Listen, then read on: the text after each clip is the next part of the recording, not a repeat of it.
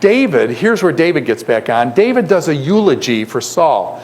Now, do you know what the word eulogy is? Eulogy is what? Usually when somebody dies, you do a eulogy. The word "you" on the front of stuff, "you" it means what in Greek and actually in English? "You" means good. Like if somebody does a eulogy or does anybody know what a euphemism is? A euphemism is when you speak well. This is a eulogy. Logi is from logos. Logos, like logos means in the beginning was the logos, in the beginning was the word was with God. The good word. So what happens is he's going to do a eulogy, a good word for Saul, but was Saul the very person that had been trying to kill him for years? And here's what David says about Saul. He's gone. Praise God. The guy is dead. He's been trying to kill me for years. He finally got what was coming to him. Is that what David said? Here's what David says in his eulogy. David is a poet, as you know from the book of Psalms. David writes half the book of Psalms about. David says this, Saul and Jonathan, in life they were loved and gracious. They were loved and gracious in life. Do you remember all that stuff Saul was trying to kill him? And stuff? He says in the eulogy, he was loved and gracious. And in death, they were not parted. They were swifter than eagles and stronger than lions. O daughters of Israel, weep for Saul, who clothed you in scarlet and finery, who adorned your garments with ornaments of gold. How have the mighty fallen in battle? Is he praising Saul here? The guy that had been trying to kill him for years. The guy who the spirit had been off him, and the spirit come on David, and he's been trying to kill him. This is amazing. So this shows me David's compassion. That here David's not vindictive, he's not vengeful. Saul tried to do all sorts of nasty stuff to him. When he dies, David laments for Saul. Now, this part is kind of really weird. I hate bringing it to text, but this is the way, from the 21st century, this is how these texts are looked at. He says, I grieve for you, Jonathan, my brother. Was Jonathan David's best friend? Jonathan was David's best friend. His best friend has just died. Is that a big deal?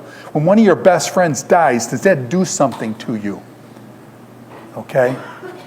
My son can tell you about that. Okay? When somebody you care about, you spent, and you're like your best friend, and they die and stuff, that affects you big time. So I grieve for you, Jonathan, my brother. You are very dear to me. Your love for me was wonderful, more wonderful than that of women.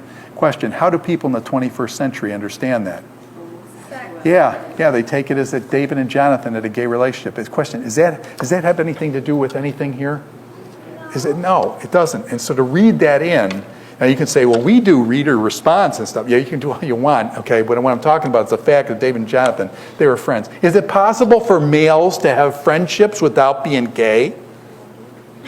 Okay, and so what I'm saying is here you've got two guys that are just like blood brothers and just close in battle, close in life, and here he dies, and David says, you know, I had a special relationship with this guy, Jonathan, and stuff. He was basically his best friend. So be careful about how the scriptures get twisted in the 21st century. I think it's really wrong. Now, yes, sir? Didn't he also have a bad run with some of his wives, Yeah, David had plenty of wives. Okay, and we're going to get to that. Okay, give me about 10 minutes. We'll get to David's wives and stuff. Yeah, I mean, some of them were good. You might kind of say that as like, oh, gee, does everybody hear that? Even to a philosopher to come up there, the reason his love for is more in love with women because he had such a bad experience with women. No, I don't do that. No, I mean there may be. I got to give it. There may be an ounce of truth to that, but I want to. Yeah. Anyways, okay. Let's do something different here. Okay. Interesting suggestion. I've never heard that before. Interesting suggestion.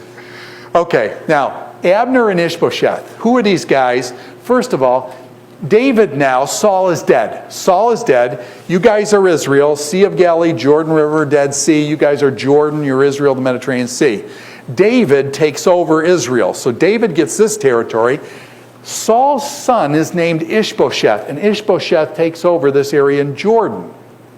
So Ishbosheth has this, David has this. Now, was Ishbosheth really the guy's name? The guy's name is Ishbosheth, but actually, when you look over in Chronicles, you say, Hildebrandt, why don't you like the name Ishbosheth? Would you name your son this? Ishbosheth means man of shame. Would you name your kid man of shame? You say that's a really odd name for a kid. Nobody would ever really do that to their kid, I don't think. But what happens is if you go over into Chronicles, you see that his real name was Ishbaal. Ishbaal means man of what? Man of Baal means man of Baal. And by the way, the Hebrew there, Baal, when I say Baal, what comes to your head? Baal worship and things like that. Baal and Asherah worship from the Canaanites and stuff. That probably wasn't how the kid was named. Baal can also mean like owner or master. Man of the master, which would be, Saul would say man of the master, and that he was the big Baal guy, okay? In other words, that he was the owner, the master. So I think what you have here is, I think Ishbosheth is his nickname, that later scribes and stuff didn't like writing that name to Ishbaal, and they didn't, because of man of Baal. And so what basically the guy, even probably in his own lifetime, was called Ishbosheth, man of shame. So I think that the Ishbosheth is like a nickname. Do you nickname people? Do you nickname people with various names? If somebody's got an offensive name or something. Yes, Hannah. What do you think Nabal's name was? Pardon? What do you think Nabal's name was really then? No, I think Nabal's name may have been Fool, but he may have been named for, well, it may have been his nickname too.